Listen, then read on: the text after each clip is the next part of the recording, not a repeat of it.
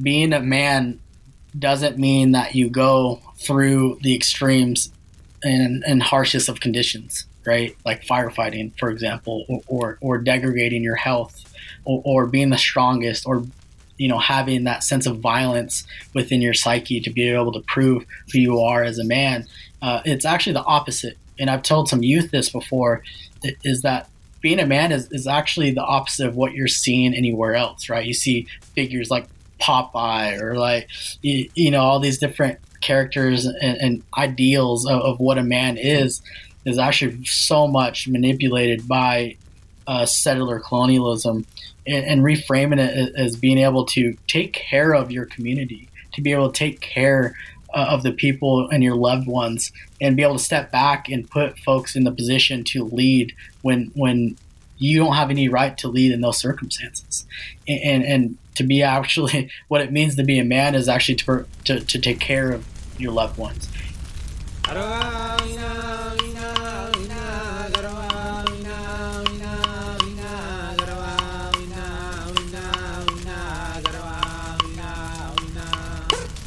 This is the Good Fire Podcast, stories of Indigenous fire stewardship, cultural and social empowerment, and environmental integrity. Okay, so welcome back to the Good Fire Podcast. Today I'm joined by someone to help me do the intros. And so he's a familiar voice on the podcast from season 1. And so it's Ollie Costello. And last time he was on, he talked about his work with Fire Sticks Alliance, but now Ollie's kind of gone back and continued working with a group called Jagoon Alliance. So hi, Ollie, how are you doing? Jingler. Hey, Amy. Hey, everyone. How's it going? So yeah, can you tell us a bit more about Jagoon Alliance and the work that you're doing there? Yeah, so Jagoon means country in Bundjalung, which is my mob, the Aboriginal communities from around the Northern Rivers in New South Wales. Yeah, and so we set up Jagoon Alliance back in 2016 to help just getting ranger groups and mob working together across, mainly doing cultural fire stuff, but just sort of caring for country generally. And yeah, over the last couple of years, sort of since COVID, really focused more around home, and we've really been able to build up Jagoon Alliance. We've got really strong cultural fire program now. We had the big floods in 2022 in Lismore. So we've been doing a lot of work looking at how we do heal the river and sort of cultural landscape restoration, really around fire and water, but also looking at health and education, and I guess just basically learning from country and caring for country. So it's been great. Yeah, awesome. So I was just there along with Elder Joe Gilchrist, who's also been on the podcast, and then Alex Sahara, who was an episode from this season from the Red Fire Lab, and our colleague David Young. And so we came to your country to attend the National Indigenous Disaster Resilience Gathering that was held in Lismore. I just wanted to ask you too about your experience with that, with being a host. If you could tell us kind of what led to you deciding to host it and what your experience was like with bringing all these people together in your country. Yeah, no, the night of gathering was a really amazing experience. It was special to host. We're really grateful for you and the other mob coming over from Canada, and I got to spend a bit of time with you guys over there. So it was lovely to sort of have the gang back together for a week or so. Biami led a summit the previous year, and I helped out with it. It was like a 1-day thing. And I just got a bit excited and said, we should do like a multi-day and take it to a community that's been impacted by disasters, but has also really shown great leadership. And we saw that through particularly the Koori Mail fundraising and providing food and, and like a safe space and, different kind of, and not just for the Aboriginal community, but the broader community too as well. So it just became a really important kind of, and there was other local organisations, non-Indigenous organisations like Resilient Lismore, and a whole raft of, and they were sort of just flagship entities. There was literally so many people and organisations. Yeah, and obviously Jagoon Alliance, we more came in later with the looking at the fire and the flood, sort of caring for country stuff. But so there was a really strong story to tell, and I just sort of pitched it, why don't we do it? And Barmy was like, let's do it. And so, we just, took on a pretty big challenge, really, trying to provide day and, like the sort of like a bit of a conferencey type sort of forum vibe for a couple of days. But we spent the middle day on country. Most people went out and did cultural activities or tours and different things. We did some burning but it was like music and food. So it was like, it was like a lot to sort of, but it felt really special. The place that we had, it's a traditional meeting area, and that's a part of the methodology for Jugun, is to try and get people to gather and to share knowledge and practice, and then to be able to expose a whole heap of, government agencies and university academics and stuff to a community-led approach, with a lot of mob there, so we had a lot of local mob and mob come from other parts of the country. And so it was a really powerful few days and really special to have you guys there to bring your knowledge and your, amazing work that you're doing to share those stories and build relationships and stuff. So, yeah, we really loved it. And, we're really, looking forward to the next ones. And yeah, the more we can get together and share and practice knowledge, the stronger that we'll be as First Nations people across the world. Yeah, it was a great gathering, great to be there on, and it was outside almost all of it, which as well was really nice. And we came to the cultural fire event, so that was neat to see the fire go. And we saw some of our friends like Tristan Evans there and other people who are also good burners. So yeah, it was a really good experience. And then got to attend a gathering after on kind of healthy country, which was really nice. That was right on the beach. So that was pretty cool for us coming from inland Canada. So yeah, so now we're going to listen to Ryan Reed from the Karuk tribe, who's going to share with us about his experiences as an Indigenous man in fire. And so I really wanted him to be featured in this matriarch season because I think lots of times when we picture Indigenous men, there's a certain perception that people have of them. And Ryan and Bayami and people like yourself have done a really good job at showing like a different perception of an Indigenous man. And so Ryan is great in this podcast episode and goes into detail. So yeah, I'm excited for everybody to listen to it.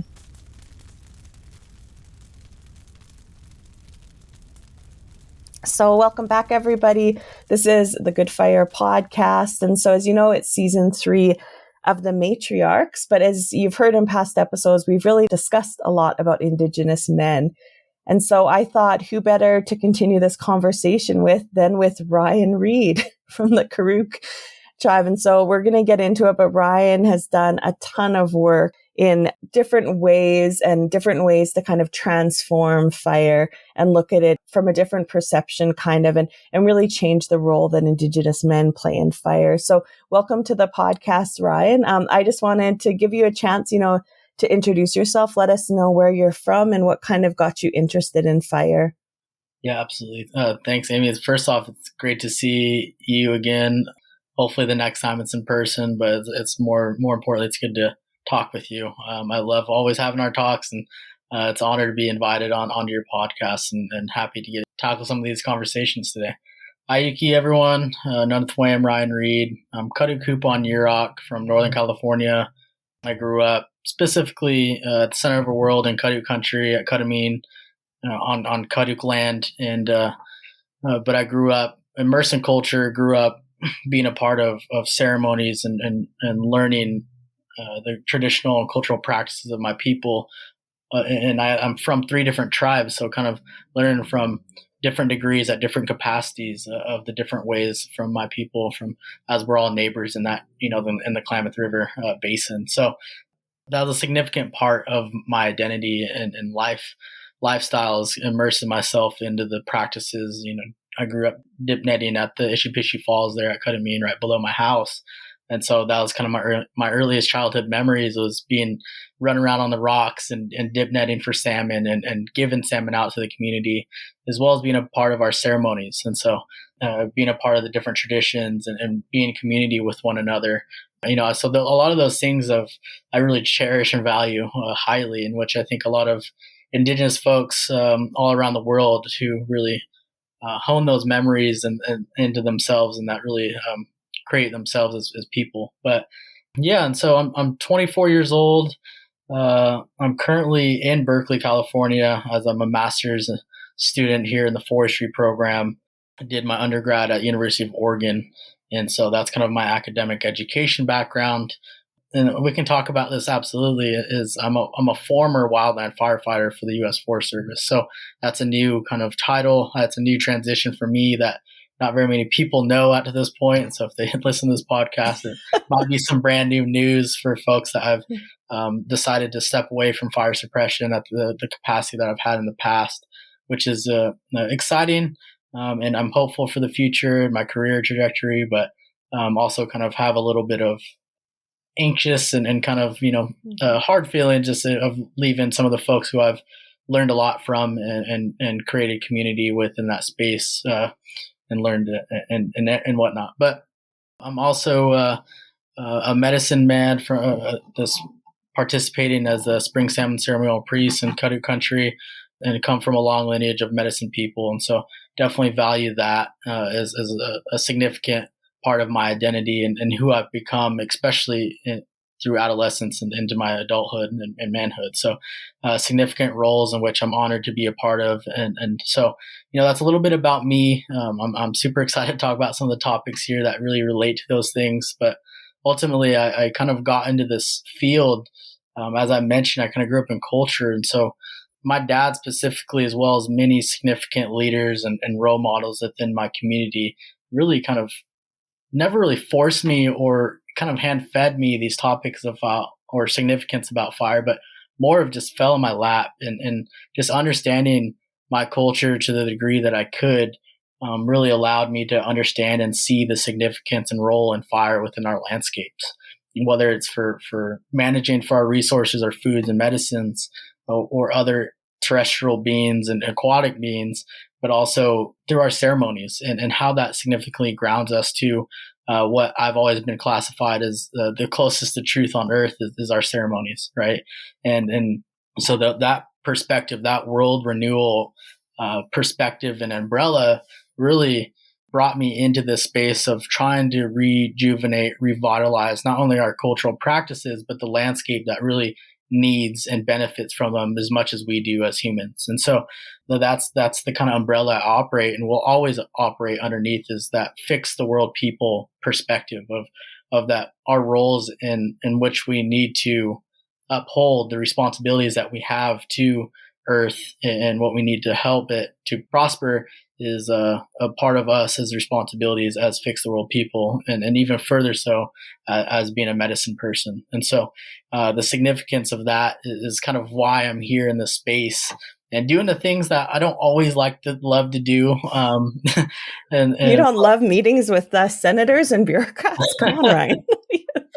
And then also, I think more specifically, reading all the policies and the texts that really don't make sense all the time, but good to have really great colleagues and friends to help translate those for me. But yeah, so those for better or for worse, I think it's one of those elements of doing things in which you hope that others don't have to do, and so that's kind of an important element in the role that I want to do is creating space, creating awareness in many different levels of management of who we are as a people and how we can lead the way for younger generations. And that's been a significant mission of mine up to this point, is to create pathways for younger generations within and outside of my community to be able to follow and have comfortability and establish themselves into if that's the route they want to go. But yeah, that's a little bit about me, and happy to talk more about it too. Thanks, Ryan. Oh man, when you talk, I just can't always believe that you're 24.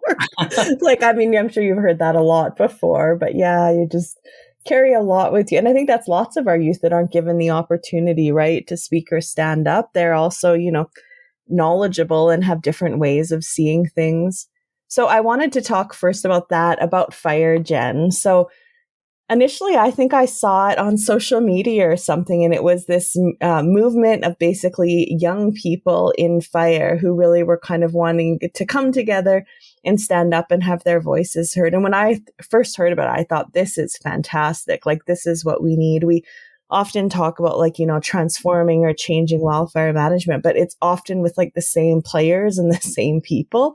And who's better to do it than the youth, right? Mm-hmm. To bring some of these things forward. And so, yeah, do you want to chat a bit about FireGen, how it came to be? Yeah, shout out to Kyle and your team there as well, who I got to meet. Where were we again? Monterey. Thank you. Yeah. I'm like, but yeah, that was so fun to just see that and all the work that they're doing and the things that you guys are involved in with FireGen and like pushing policy change and other things is amazing. So yeah, I just love to give you an opportunity to share about that. And I know that people that are listening will be really interested to hear about it. Absolutely. And yeah, I was intentional about not quite bringing up my role there because I know that's going to stem a whole 20-minute conversation here. But yeah, most importantly, I would say probably my most proud title in my professional life is being the co-founder and program director of Fire Generation Collaborative. And so Fire Generation Collaborative is an organization that sets out to empower marginalized and younger generations within fire policy or fire generally with Indigenous leadership at the forefront. And so I can help co-found with a couple of colleagues of mine, Kyle Trefny, as you mentioned, Amy, as well as Bradley Massey out of Alabama and Alyssa Warsham out of Colorado. Now I think she's relocated to Washington. But the group of four of us really kind of establish ourselves and more so in our voice and our mission and what we're really ambitious about within fire. And that was in the year of 2022, essentially just had the ambition and want to go to Washington, D.C. upon just a very small opportunity to speak with the Chief of the Forest Service, Randy Moore, and just about how are we or how is the Forest Service going to cultivate younger generations amongst this climate crisis, amongst this catastrophic wildfire era, while they were losing the battle of the workforce issues that they have within fire suppression or any type of, on the ground, boot on the ground kind of work that they need to have done. And so that was kind of the opportunity to where we really emerged within our narrative, like you said, speaking to senators, speaking to different leadership and decision makers in Washington, D.C.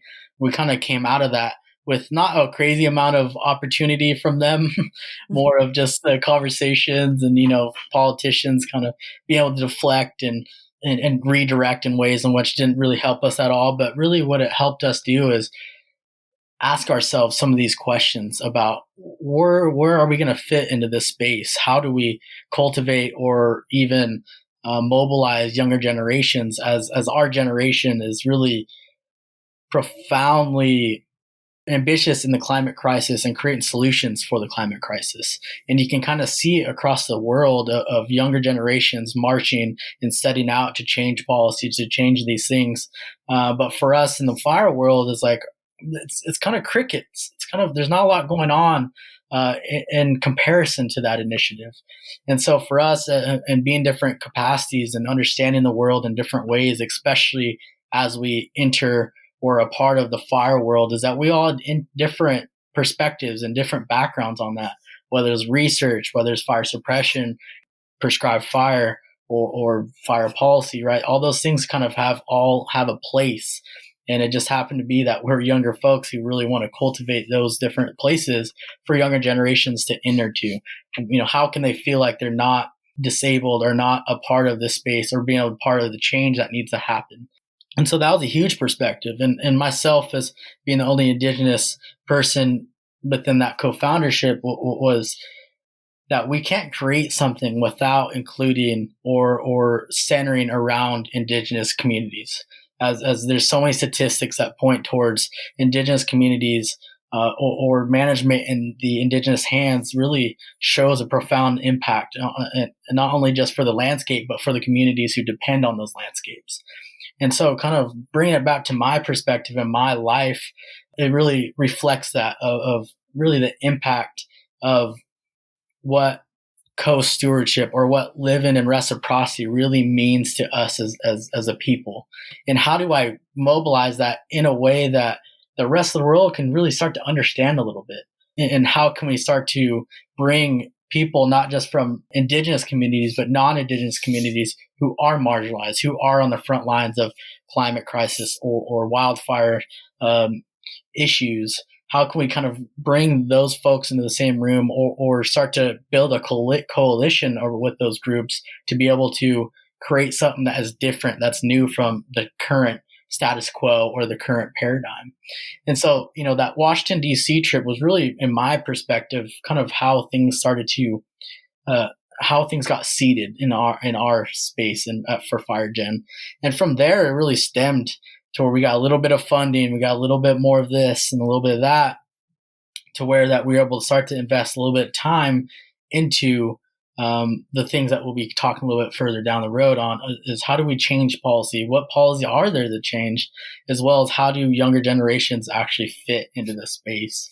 And so it's been a crazy amount, a couple of years of just like growing pains, as well as a huge demand of the things that the world wants to see from folks like us at FireGen, of just young people who really want to fight the fight and make change, and really change the culture of fire, and changing the discrimination, the sense of discomfort, the cultural erasure of Indigenous communities. And so all these different things that really are a melting pot within the fire world, especially in fire suppression. It's white, male dominated and very materialistic. And I lived that in the fire suppression job that I had, is you're saying copy, you're saying affirmative, all these different, from your jargon that you use on a day-to-day basis, to how you look around and you don't see people that look like you, or not even close remotely think about like you do, right? And so that kind of perspective really added to my arsenal, added to my perspective of exactly what do I need to change.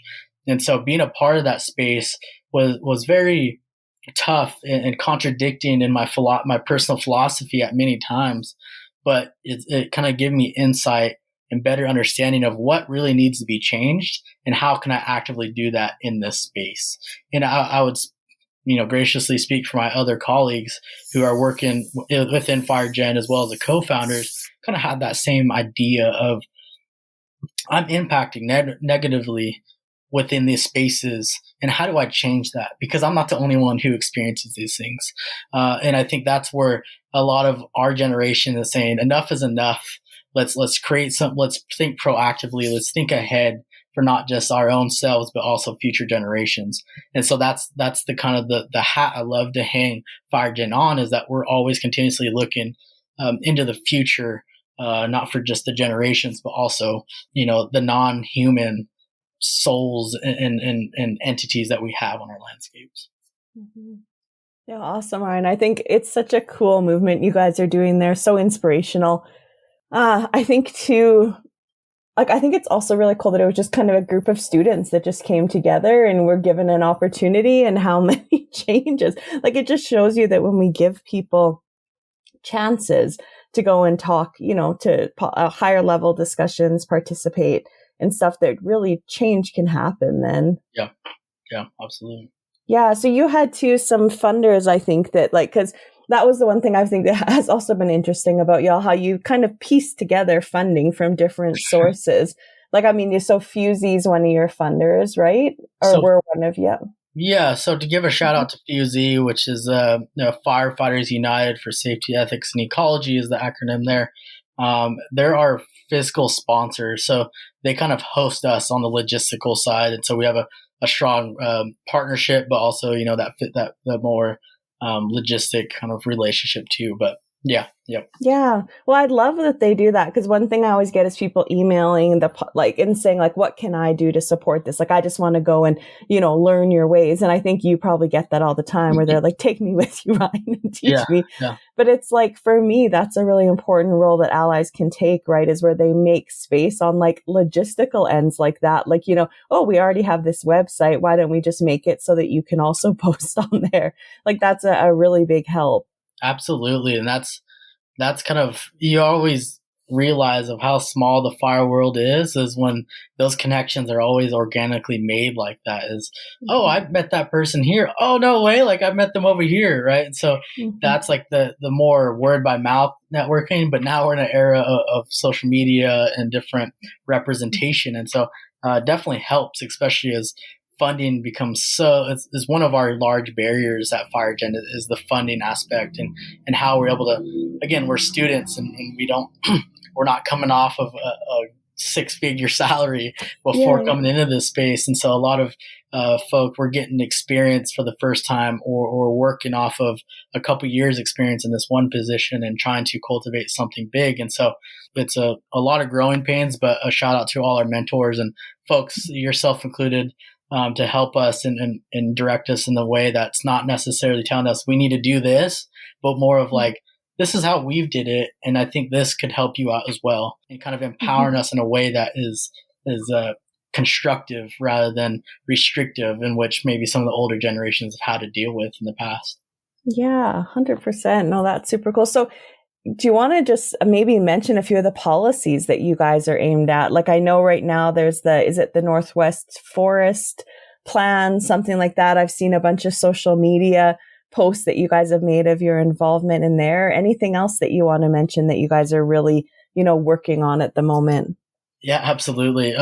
The Northwest Forest Plan is a huge thing that I'm heavily involved in as a community member. But to kind of touch on some of the things that FireGen specifically has been able to tackle was just the Wildland Fire Commission and Mitigation Report out of Biden's office, I think over probably a year now or something like that, that's been published. And so through that, we were able to be a part of some of the recommendations that we created as a part of that initiative, and just being a part of a youth panel conversation with that commission group to just talk about some of our perspectives. And we actually came to that panel with some language, with some policy recommendations that say, actually, this could really be a part of what you're trying to do right here. And so thankful for the folks on that, on that commission to really hear us and see us in a way that allowed us some of our recommendation to get passed through as that was initiated some while back. But what those opportunities created for us was not only just spotlighting the essence of what those recommendations have, which really focus on empowering younger generations or empowering the need for education within school systems, within different spaces, to understand how does fire impact so many different elements of our life in a way that it's constructive for the rest of society. And so that was kind of our recommendations and what we harness on a political level. But what those recommendations culminated to is to kind of, it stemmed off of many different congressional bills and acts that are kind of going in right now. So one, for example, is some of our language was able to get into the Modernizing Wildfire Safety and Prevention Act that is initiated this year. And so it's pretty exciting to see some of our language that was derived from the Biden commission report. And so it's kind of cool to see how that operates in that way, right? And to see that some of the language and emphasis and focus is to be in the education system, to be focused on younger generations and more importantly, marginalized communities too. And so really ultimately we like to focus within our policies on communities on the front lines that are feeling impacted, being impacted year to year, or even some circumstances day to day. And so that's a really exciting thing that Fire generally holds tightly to us is we haven't been around very very long, and so to be able to have space and access to increase awareness and actually have some action facilitated with it is one of the things that we want to showcase for not just ourselves and us as an organization to grow, but for younger generation to say, this is what's going on right now. This is what we can do. And how do we kind of streamline that is also a focus of ours. And because I've always been somebody as soon as I do something and it seems like it's somewhat successful, I want to tell everyone that like, this is something that's possible.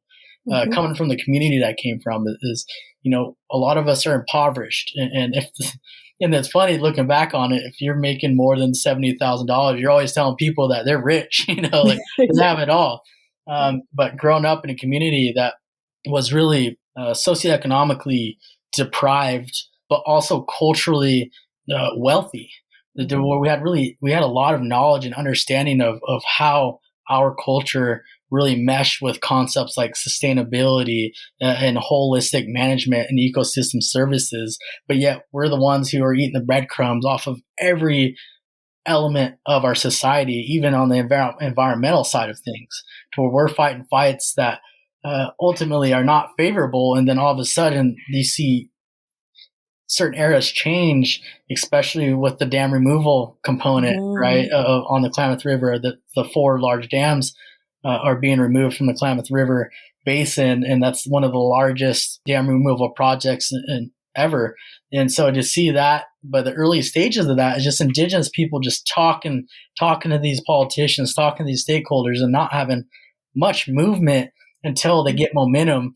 And then all of a sudden you see that shift within the rest of society saying, yeah, this needs to happen. This needs to go. Right. And so you just see, and I grew up in a community that, again, poor and don't necessarily have a place in regular mainstream society, but we're also leading the way in so many different ways that I think there needs to be a change there to where we start to really feel the benefits of our work from the ancestors who've really survived and been a part of the solutions.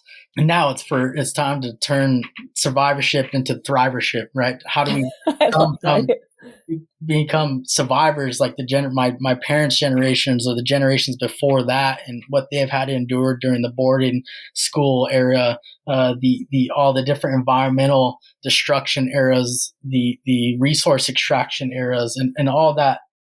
Leave that in the past, where we can really start our generations, our communities can start from surviving and not just self-medicating and getting hooked on alcoholism, to really thriving again, to really relying on our traditional diets, our traditional practices, and how that really feeds into your identity as a person. And how does that really build you up in a way that is sustainable and allows you not to get lost in society, which is so easy to get lost in. And so, that's the kind of the philosophy in which I come from, is understanding the world around me and how I've grown up and how I am now. Mm-hmm. Yeah, it's almost like what you speak. It reminds me of that, like for Indigenous people, there's like, you're given responsibilities and obligations, right? It's not about like individual things. And that's what I was saying with the Klamath River, like the removal of the dams and what an effort that was for y'all over decades. There was really no monetary benefit to the community for that work. You know what I mean? It's not like if the dams got removed, you were all going to make a bunch of like cash off of it. It was really just that you saw that the rivers were unhealthy and that the ecosystem was hurting and that it needed to be done.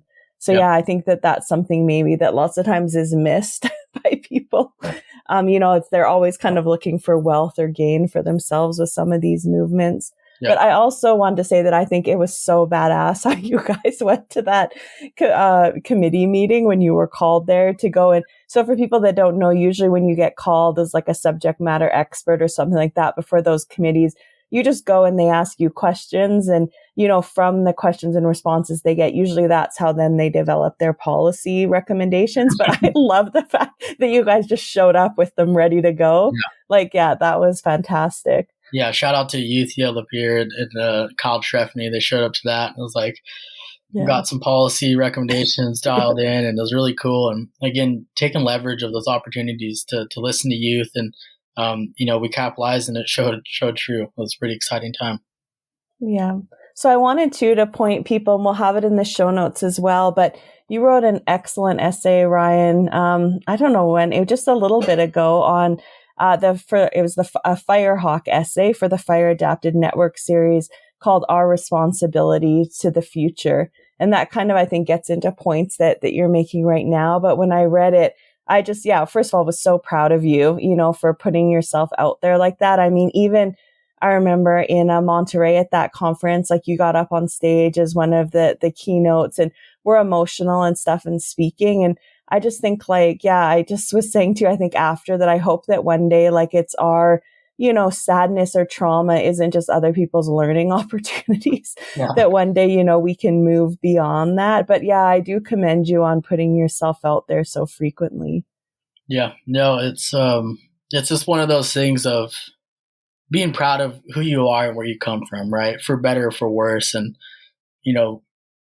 Yeah, just being proud of where you come from, no matter what aspect of it is, and continuously learning about yourself, right? Especially in an era of intergenerational trauma and not sure of why you lived the life that you did, right? And for again, certain generations living through the boarding school era and passing down those very harmful and traumatizing characteristics, and not sure of what to do with them or how to pass or not pass those elements down, and understanding like that sense of deprivation of life, happiness, and all the good things that the rest of the world really tries to strive for, and also just not knowing exactly why you wake up every day and pissed off at the world for no reason, right? And how some of my siblings or some of the generations before me have lived through such horrific experiences, and not sure how, and being alone for a lot of those experiences. But for me is how do I make that change? How do I make a rift in that pattern that's been cycling over and over since colonial contact? And also understanding that baggage isn't as heavy as the generations before me, or even in my generation, and how do I cultivate that? And it's really to show other folks of how important it is to know who you are and where you come from, and how that important that is, to be proud of that. And again, for better or for worse, right? And doing that is not always fun, and I don't recommend it necessarily. But it's just one of those elements of my ancestors and some of my people who I look up to never had the opportunity to talk the way that I can talk, especially about good fire, especially about cultural fire. It is, we were killed, we were murdered for what I'm doing and talking about today.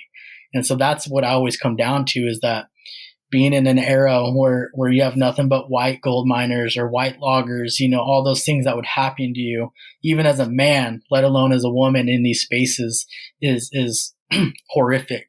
If I'm able to do that and be able to empower somebody else, and I'm saying someone, not just, it doesn't have to be multiple people, but if I say something that empowers the next Indigenous youth or next Indigenous person, I'll do it for the rest of my life, right? Because it's so important for us to be mobilized, to be empowered, because I get up every day thinking that I probably shouldn't, right?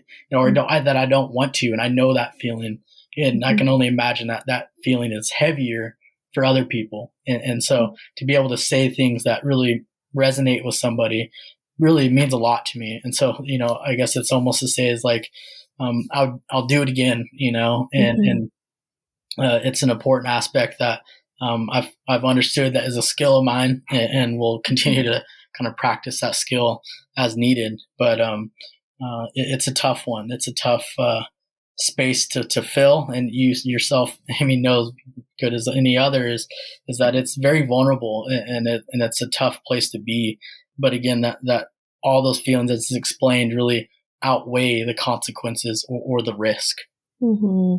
Yeah, that's how I felt, especially when I was in academia. Like, you would get, people commenting on your work or things about Indigenous knowledge. And it wasn't just like, it was just some work that you were totally abstract from. It was basically like your family's way of life and worldview and how they saw things.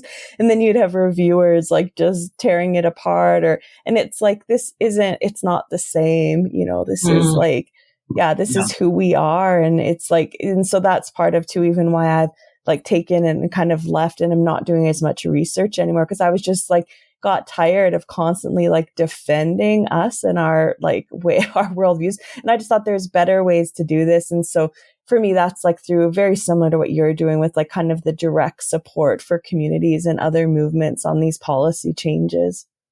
Yeah, absolutely. And being in those spaces in academia is like, I tell people all the time, because, I go to Berkeley, and so Berkeley has this like profound, like, yeah, we know like Berkeley. Reputation, right? Yeah. Reputation is like, oh my God, like that's so great. And I wish I can do that. I could never do that. I'm like, actually, I've met some of the most boneheaded people in those classrooms, right? Like, I'm pretty sure if that person's there and their rich people, like their rich parents paid for their schooling, you have is equal, right to be there and abilities to be there. And so I always say, like, Indigenous people, especially from Native, growing up in culture and growing up with that kind of that inherent learning and responsibility to certain things. It doesn't have to be the landscape, but you have that responsibility, is that you are more than likely, and I would say almost 99.999% have the same abilities and wits and intelligence as people who are in those spaces. So don't ever think that you're not enough, because I could say, like, our community just so much inherently smarter and intelligent and in tune with the landscape and the rest of our world, that don't ever discredit yourself and being less than, because being in the space that I have, that's not you, right? That's not us. And it's just really about cultivating the teachings that you have from your ancestors, your elders, and how do you structure that and bridge that in a way that is quote unquote successful, right? And so again, I always say that I learned so much more back home and doing the simple things with my elders or with my family, with my friends or in the community. I learn more there than I do in those academic spaces, right? Yeah, I hear you on that. I had an opportunity in my career to be in, lots of conferences and other work, and probably one of the most like impactful things that I ever had where I learned the most was just going on the land with a Métis elder. And one of the things he would just talk about was, like, I think I've mentioned it before, but looking at like spruce needles. So one of the trees that we have, and basically how plump the spruce needle is, like he could just tell from observation, like whether it was a good time to burn, whether it was going to be a hard fire season. And, people have taken that and made it really fancy now. Like they call it foliar moisture content and all these different things. But really some of this is just, like you said, having that knowledge of the land is one of the most important things that we're really overlooking, I think. So I love that you guys at FireGen are so focused on that, supporting like local youth and other things. It's, I think a move in the right direction for where we need to go with these fire seasons we're having. Oh, wow. Yeah. Yeah, absolutely. It is. I was on the park fire this year. That was, Can you just maybe chat about, that was the one where I think the arsonist, right, pushed the car on fire into a ditch, and then it was one of the biggest fires in California's history. Yeah, I think I got up to the third largest, and I could be wrong there, but the third largest in California history. And Don Hankins was evacuated. For anybody that's listened, he had episodes in season 1, season 2 of this podcast. And him and his family were evacuated from that fire. So yeah. So it's funny because there's a lot of information out there that says that if there was prior treatment that was actually proposed right before that, it could have prevented, the extreme or to at all how large of a fire that is, And so I think it just that a lot of those things you always got to, unfortunately, at most times you learn the hard way kind of thing when it comes to fire. But there's a lot of opportunities to mitigate these large catastrophic events that, whether it's human or non-human caused, there's always ways to kind of mitigate those things. And it's just about seeking opportunities. But yeah, and so the fire suppression world is it's a tough space to be in. I grew up borderline hating the U.S. Forest Service in that Smokey the Bear costume, and kind of growing up with my dad just like kind of never encouraged me to like Smokey the Bear. Smokey the Bear come visit your classroom and they give you all this swag gear, and it's like usually just like plastic and a bunch of these cheap stuff. But I always come home and excited to show them or show someone about it, and it's kind of really shot down like early on, whatever, like Smokey the Bear, like get out of here kind of thing. And then not until later on I understood like the role that the Forest Service had in suppressing and oppressing my people and the use of fire in our landscapes. And so I grew up with that perspective of like, learning about the ways in which we use fire in a landscape, but not able to practice them, and why that we would talk about these things so often, so frequently to deep depths, but not being able to do it. And especially as a young kid, like always getting really frustrated with my dad about why we're just talking about it, but we're not actually doing it. And that was a combination of things, right? Of the intergenerational trauma that kind of stick in the mud that you are mentally in all the time, and you got to build yourself out of it. But also the policies that limit your ability to do that. Mm-hmm. And so with that combination, as well as many other things, there's no wonder that you're able to do those things anymore, right? And so my jump into fire suppression wasn't necessarily like, oh, I want to get in the fire, I want that adrenaline rush. It was more of like, I need to understand these people a little bit better. I see this later fire that happened in 2020 that really also raised communities and forests in that same breath, just, a couple hours north of the park fire and all these other large fires.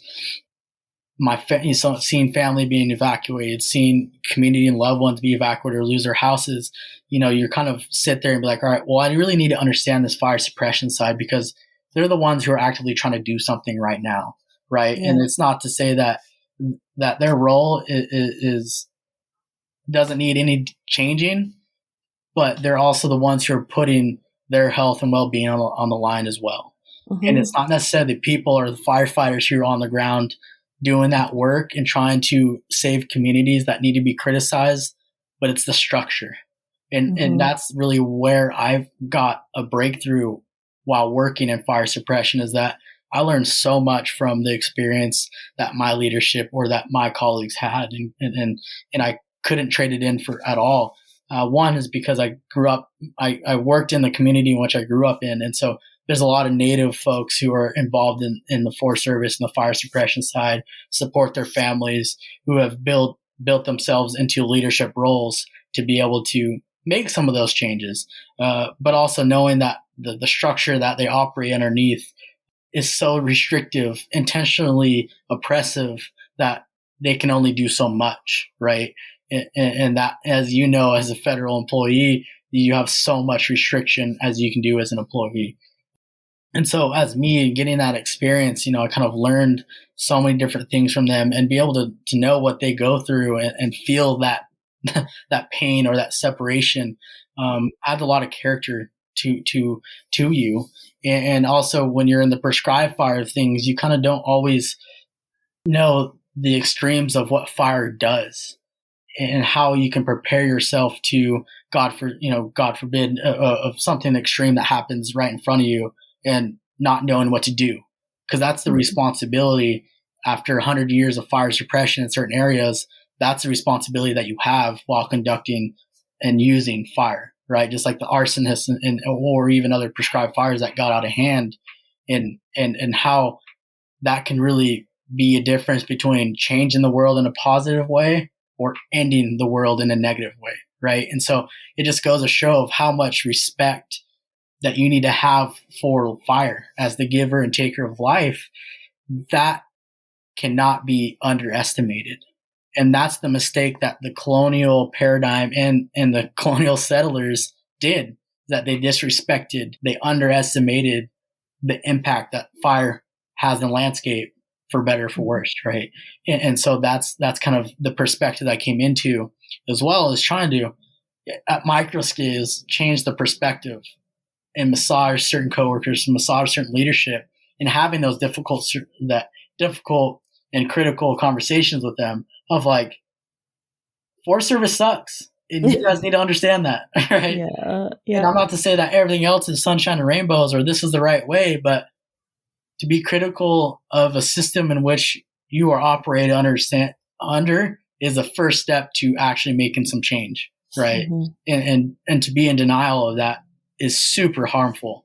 And so kind of having those conversations and understanding my perspective as well as theirs is really profound, that sense of change making that needs to happen in social dynamics. Yeah, that's great points, right? I know for me too. So I did a secondment. I don't know if I think last time I saw you, I was doing it with Parks Canada for 2 years. So they're a firefighting agency. And so I wasn't out on the line as a firefighter or anything, but I was watching people in the IMT, watching them respond to incidents. And honestly, it just made me even more passionate about the work that we do and trying to have healthy landscapes, because I honestly witnessed over and over the trauma on those people, the mental health impacts, the physical health impacts, the family impacts. Like, I was just like, why are we doing this to people? Like, or we're putting them through this. And that was part of, I think, why now I'm just like, that we need to just have more Indigenous stewardship on the land so that our firefighters don't have to go through these things that we're currently making them. Like, people can't sustain 6 or 7 months of the year in Canada fighting fires. Like, just alone for your physical health, like, that is terrible. No. And then like the family, it just goes on and on. And then, like you were saying, the critical incidents that you saw, and the post-traumatic stress people have, like, we need to stop pretending this is normal. Yeah. You hit it right on, and I couldn't agree with you more. It's just that lifestyle of wildland firefighter is so underrepresented and so misunderstood. This year, I started work in May and ended work, beginning of August. And within that time, I think I had like 350 hours of overtime. And so, there'd be 23 days with 1 day off, so, working for 23 straight days and then getting 1 day off. And so, I guess that's just an impact. And I'm a single younger person with no children. Right. And so for folks who have families and who have partners and have responsibilities at home and not being able to tend to those things is so even worse on your mental health, and the lack of support that wildland firefighters have right now is just, it's a shame. And now starting to see a little bit of kind of momentum in Congress and different policies that are really supporting those efforts. That's why there's a workforce issue, is because of the neglect and not backing up firefighters in which they do. And it's awful conditions to work in. You're packing a lot of pounds on your back. You're hiking really steep terrain. You're eating so much smoke and conditions in which aren't really healthy. And as well as when you tack on that mental and happiness aspect that are really deprived, there's a serious issue that happens, and it's easy to get lost in that, especially as a firefighter. There's that masculinity, that kind of, you need to tough it out, or this isn't so bad kind of dynamic that is ingrained in you, that a lot of folks don't think about it, or they don't like to talk about it in a way that is trying to make a change, so it's a tough dynamic to live in. And it's kind of, like you said, there's no need to struggle like this. There shouldn't be a way to struggle like this. Like, you don't get anything out of it. There's no more pay to it. There's no other compensation to be able to struggle the way that some of these wildland firefighters do. And so that's another element for Fire Generous Collaborative, which we're trying to push for, is supporting wildland firefighters a little bit better, and supporting the next generation of workforce. And then it really creates a lot of space for folks who aren't in academia or who aren't into the spaces of change in policy, but everyone deserves an adequate workforce and workplace dynamic and environment. And I think that's another avenue which we're trying to shed some light on. Yeah, that's awesome. I've seen some of your work too, to your social media posts. So yeah, the other thing I was just going to bring up was, in Canada, we've made this movement to like bring in international firefighters. And so for me, that's been really interesting, because it's like, we're basically bringing in people who are, non-unionized, who don't have any like mental, physical health support when they return home and other things, to almost like absorb the risk, because we're not really willing to create our own workforce that's, sustained and healthy for people. And so it's hard too, because like you said, there's that perception when these people come in, like they're heroes, they're coming to help us. Look at these people that are putting their lives on hold. But I'm like, I feel like we're like putting our risk onto people that are much more vulnerable. Yep. And not aware of the different specific dynamics of what fire does in our areas, right? Yeah. Yeah. Well, and there's just that one study that came out about like dementia in people that are exposed to smoke, and how much, like, I'm sure you guys have all seen lots of those studies with Fire Gen, but it's scary. Like, it's not like these are just like little things where, like you said, it's just like, coughing up some smoke. Yeah. Things can have impacts for people even 20, 30, 40 years down the road. Yeah, absolutely. Yeah. So one thing I wanted to chat about, Ryan, and I think I talked to you before this about why I wanted to bring you on to a matriarch season, was because one of the things we've really discussed quite a bit in the podcast has just been the role that sometimes Indigenous men play in supporting Indigenous women's involvement in fire. And so some of our past guests have brought up that, there's lots of barriers to Indigenous women's participation in fire. And a lot of that actually comes from Indigenous men who have gone from what we would call like firelighters to firefighters, right? So they've been firefighting, part of firefighting families the last 40, 50 years. They're now coming at it from a different mindset, more of a safety, put out fire. And for many of the matriarchs that want to burn following cultural practice, they're finding that those people are kind of barriers to what they're trying to do. Yeah, absolutely. And I think it's important to shed light on those issues and being real with them. It's definitely obvious. And I think that how I've perceived a lot of things is which I'm constantly learning and trying to be better about, is just know when to step back, especially in the position that I have, and just being a good ally just for my fellow Indigenous women as well, and knowing that, and being humbled by that. I don't know anything sometimes, right? Like, and I say that it's like, I don't know anything, right? And so why would I step into spaces that are going to shadow folks who do know something? And so I guess that's my perspective on things. And I kind of talk about this in my Firehawk essay that you referenced. It just that concept of masculinity and how that has been really morphed and kind of manipulated in today's society as we live in a patriarchal society. It is that being a man doesn't mean that you go through the extremes and harshest of conditions, right? Like firefighting, for example, or degrading your health, or being the strongest, or having that sense of violence within your psyche to be able to prove who you are as a man. It's actually the opposite. And I've told some youth this before, is that being a man is actually the opposite of what you're seeing anywhere else, right? You see figures like Popeye or like, all these different characters and ideals of what a man is actually so much manipulated by settler colonialism, and reframing it as being able to take care of your community, to be able to take care of the people and your loved ones, and be able to step back and put folks in the position to lead when you don't have any right to lead in those circumstances. And to be actually what it means to be a man is actually to take care of your loved ones. And that doesn't mean fighting everyone who challenges them or critiques them, but also protecting them in ways in which, women are vulnerable to, right? And be able to understand and educate yourselves of what those are. What are the vulnerabilities? What are the access issues? And be able to be the best ally in those circumstances. And so I think it's a significant role that needs to change, especially in fire.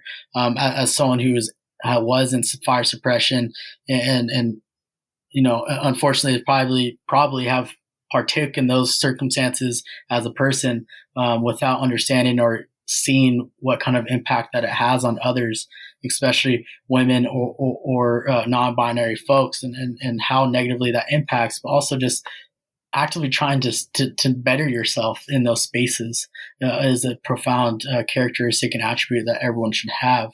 But also within fire, it's just a very complex issue and that's where the materialistic characteristics become very harmful. Is when there's an obvious reason of why there's what's white dominated and male dominated is because of that. It's been translated from the military and how you're supposed to act a certain way. If you don't act a certain way, you are discriminated or you're pushed out of that workforce or out of that work environment.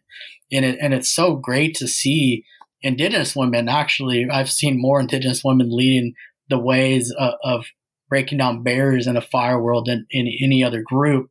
And so a privilege to see what that emerging leadership looks like in this space and be able to learn from folks like you, folks from my community, of what does that actually look like and how does that have a place practically. And it's really cool and revitalizing. I'm always happy to sit there and sit back and shut up and listen and learn on how some of my own traits can be harmful, how my own ways of being can be harmful to different groups that aren't me. And so I guess it's all to say that there's definitely an issue, and I guess that's an issue that all of us actively need to participate in and create solutions for. But yeah, I guess that's a great point I want to touch on is, I guess, that perspective in supporting Indigenous women and non-binary folks. It's a part of that world renewal umbrella I'm talking about, right? To fix the world, is that we come from a matriarchal community and lifestyle, and that we've been taught so much to not do that. And so the significance of undoing the things that we've been taught by white man's agenda is so profound and impactful to not just our social and communal dynamics, but also the landscape itself. Getting away from that, the nature serves me mindset, and that we need to extract from nature, right? Those are all very patriarchal characteristics that are very harmful to non-human and human communities. And so I think that's a profound element in our mothers, right? As we're just talking about it with your daughters, there is like, I think there needs to be a lot done in that same space. And I think that's why it's so important for me as a person to connect fire with everything, and how we view and treat fire and how we use fire really sets us up for a good framework for the rest of elements that life gives us and how we navigate this world. Yeah, 100% agree with you. And I always say, like, when people are like, we're talking so much about fire and it's fire this and fire that, it's not at all actually about fire.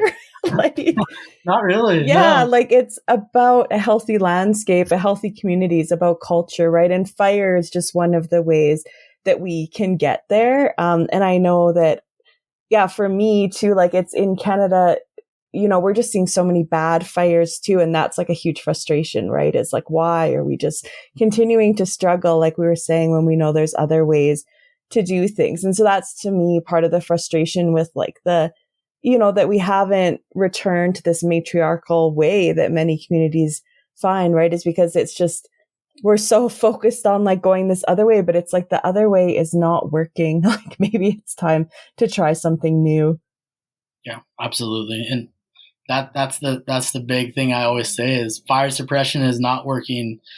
Suppressing fire isn't working, right? Like it's just like one of those elements of, and the next generation is actively seeking these things out, is that what the older generations have given us hasn't worked and isn't going to work. So what's the change? What's the paradigm shift? And that's what we're trying to do at FireGen, is not necessarily, again, we're not trying to build up our organization in the way that benefits us solely. It's just about creating a movement, because that's what's necessary, is the societal transformation.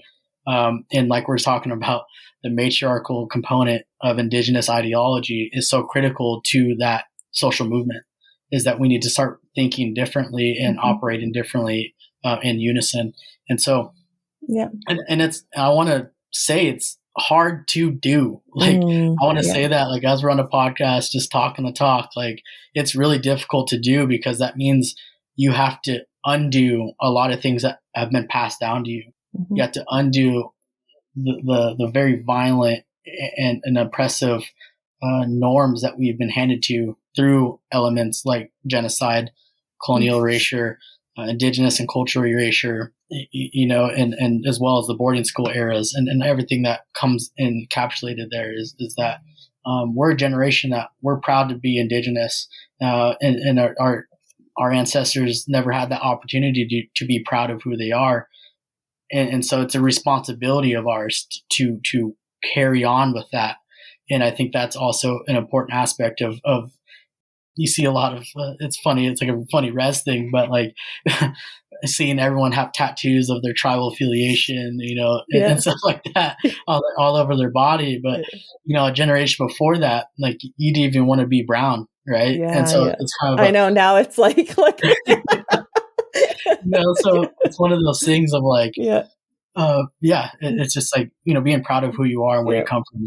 It means something different in any which way you look at it. And so it's pretty cool to mix that with our humor as well. Yeah. Well, and I always say that too about because people, I think, get, especially men, when we're focused on like the matriarchy and all this, it's almost, I think people feel like they're going to be erased, right? Or that like, well, what's my position going to be then as a man? But to me, matriarchy doesn't mean like only women, like, you know what I mean? Like the thing for me is it's about like having that more caretaking aspect of how you look at things and how you do things. And in that, there's place for men, there's place for non-binary folks. There's like, everybody can be part of that, but it's really returning, to a different worldview of looking at how we operate. Yeah. Yeah. And it's a difficult thing to do. As a heterosexual male, even though I'm Indigenous, I have privileges that I have to actively admit and understand, and how to kind of create space for those who don't have that space or don't have those voices and circumstances. It's an active thing that I catch myself being wrong on all the time. And in which ways, how do I internalize that? How do I not become, like you said, kind of, oh, where do I fit then, right? How am I'm excluded now? It's like, that's not the point, right? That's not the point of prioritizing women in these spaces isn't to deprioritize men. It's to create space, right? There's enough space. And so it's really about taking a step back in certain ways and letting people make it their own, right? And I think that's the beauty of fire, is if you set a fire, you see how it operates. It's not always clean. Sometimes it's a little bit dirty, as you would say, and it burns certain things, and it doesn't burn anything, right? And so that's the kind of the complexity that fire as a practical element does, is it creates that kind of that diversity, and that also kind of, again, we always imitate our natural environment around us. And it makes so much sense when you start to think about that and what fire does and what it doesn't, and how we kind of emulate those things. Yeah, for sure. I know that's like people that come to me and they're like, good fires can be bad and bad fires can be good. I'm like, I know, like, things are complex, like nothing's black and white, like, but it's just trying to, put things forward that people can understand. I get that all the time. They always, the work that I do, people will see it and be like, is this good fire or bad fire? I'm like, it's not as simple as that, man. Like, we're talking about a good burn that's probably made an acre, but like the large catastrophic wildfire is like 100,000 acres, dude. Like, there's a piece that you can put your hat on and say it's doing good things, but like, it's not as complex as a good and bad fire all the time, right? So it's a good entry point to conversation. 100%. Yeah, that's always, but I agree with you. It's like, it's the complex, even of matriarchs, right? It's not like suddenly we only want women in fire. Like, we all bring important things to fire, to community, to culture. Yeah. And it's just, again, about undoing a lot of the colonial harms that our generations in our communities have endured. And it's time to start supporting us in ways that sustain us into the future. So yeah, absolutely. Yeah. Well, thanks, Ryan, for being on the podcast. I always learn so much from you at your 24 years old. You got so much time. No, it's an honor to be here, and it's an honor to be in conversation with you, as well as to be a part of your life in ways in which I hope are always helpful. But it's an honor, and I always have a lot to learn. Again, I'm 24, but I'm 24, right? So that I have so much to learn, a lot more to do. I just hope that the perspective stays true in the practice that I do. And so there's always a lot more to be said. There's always a lot more to be done. But ultimately, it's great to be in company and be in community with you, as well as others who are going to listen to this podcast and hopefully get something from it. Yeah, well, I'm also thinking maybe I'll put it by you on the podcast, but season 4, we need to start planning for Good Fire. And I was thinking maybe a Fire Gen Good Fire mashup, something would be pretty cool. I think everyone at Fire Gen would be super stoked to hear that. They love you there. And so I think it would be super easy to get everyone here. Yeah. Awesome. Sounds great. Cool. Okay. All thanks, right, Ryan. All right. Take care, Sunik, and hopefully see you in person sometime. Okay, so thanks everybody for listening to this episode and getting to meet Ryan, who's really just an exceptional youth, and all of his work that he's doing with the Fire Generation Collaborative and other things. And so, Ollie, I'm just wondering too, you're still here and have listened to the episode, just wondering about, what your take on what it's like to be an Indigenous man nowadays, and that whole kind of concept of being a kind man, or, the whole concept Baimi has of an emu man.